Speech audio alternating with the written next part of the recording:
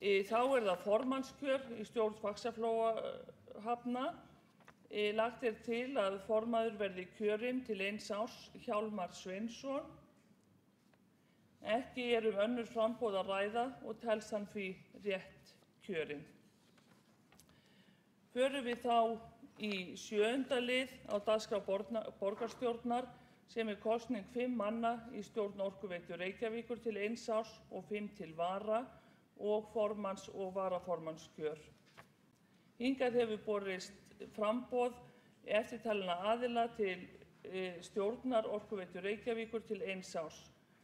Það Haraldur Flosi Tryggvason, Brynhildur Davíðsdóttir, Gylfi Magnússon, Kjartan Magnússon og Sóley Tómasdóttir.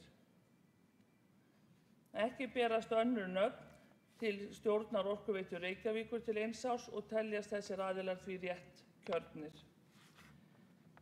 Þá kosið til varamanna í stjórn Orkuveitu Reykjavíkur til 1 árs. Eftirtaldir aðilar hafa verið tilnefndir: Auður Hermannsdóttir, Elín Blöndal, Reginn Freyr Mogensen, Júlíus Vífill Ingvarsson og Gísli Marteinn Baldursson.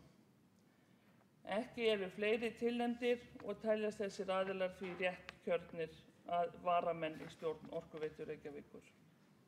Þá það formannskjör í stjórn Orkuveitu Reykjavíkur.